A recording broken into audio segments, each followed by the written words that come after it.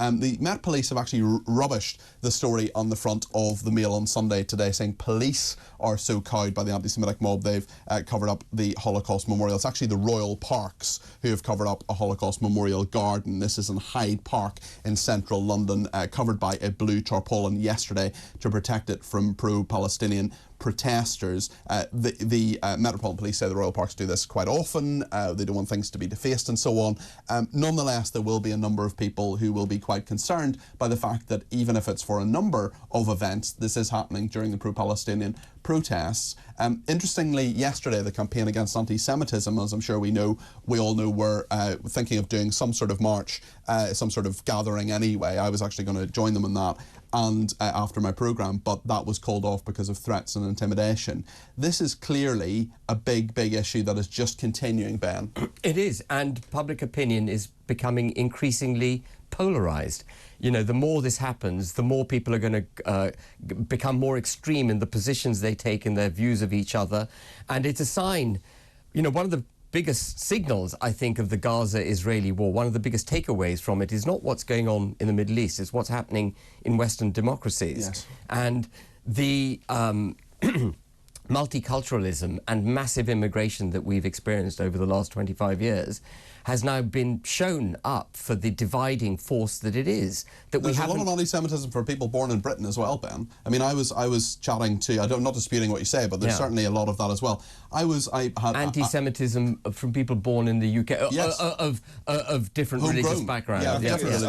A lot of what I've seen across my social media has been middle-class lefties who do this, not necessarily people from diverse backgrounds who are the main pushers of it that I've seen. And look, to sort of go that with the front page, I don't buy the Met's excuse, because the march was organised next to the Diana statue. Now, they didn't find the need to cover, whether that's the park or whether it's the police, didn't they feel the need to cover up the Diana statue, but they did feel the need to cover up the Holocaust Memorial statue. That tells me someone thinks, oh, actually, we think this is going to be faced. Why? And why is nobody doing anything about this? I'm frankly sick and tired of every single week seeing the worst kind of anti-Semitic placards comparing Israel to Nazi Germany. You know, the offensive nature of that comparison. You know, you're comparing the industrial scale mass murder of 6 million Jews and others to a brutal but very horrible conflict. It is nothing alike, and I think unfortunately Suella Braverman was right when she called these marches hate marches, because every single weekend you see hateful placards. Lorin, you're someone who advised the Labour Party.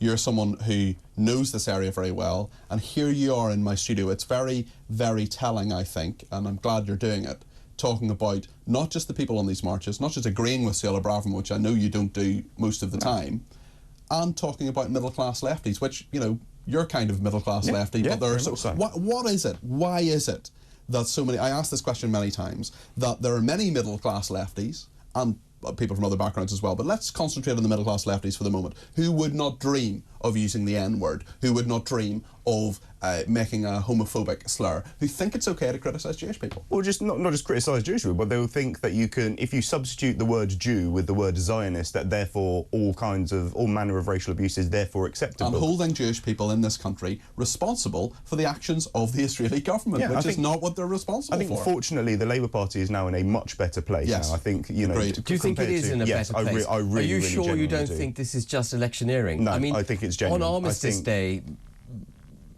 Starmer took off his poppy when he was addressing a group of Muslims, which says to me he's still got it in his head that he's got to, I'm not sure to that some he did extent, take nod it to off their agenda. specifically to do that. I think it was more... Well, he made a speech earlier with his poppy on, and then he made a second speech with his poppy off. I don't know the ins and outs of that, but I think he has transformed the Labour Party in the sense that the kinds of people who... You had Owen Jones, the high-profile Guardian journalist, resign his membership of the Labour Party in a very public column. Yeah. I think people in certain people in Starmer's office will be delighted, because they think, actually, a lot of the people and a lot of the main cheerleaders of Corbyn's Labour Party now don't want anything to do with us. That's great, because they are a fringe, and they're not representative of the average Labour voter. You cannot look. I am very critical of Keir Starmer in many ways, but you cannot deny that he has changed the Labour Party for the better on the issue of anti-Semitism. I disagree. I mean, I think you don't think things have changed at all in regard to anti-Semitism. Well, it may have improved, but what I think he has done is paper over the cracks in the pursuit of getting through the general election, and we see that in so many respects with Keir Starmer. He's become a revived Thatcherist, a sort of neo-Thatcherist. He surrounds himself with the Union flag now. He's trying to adopt the persona of a centre-right individual in order to garner as many centre-right Tory votes that he can. Yeah, that is politics. But he's to an electorate. But hear me out. He's papering over the cracks. And just as I said, the Conservative Party is divided, so is the Labour Party. And I don't think, no matter what majority he gets, he's going to survive more than a term, because he's inheriting a very bad position, and I don't think he's going to be able to govern the country properly.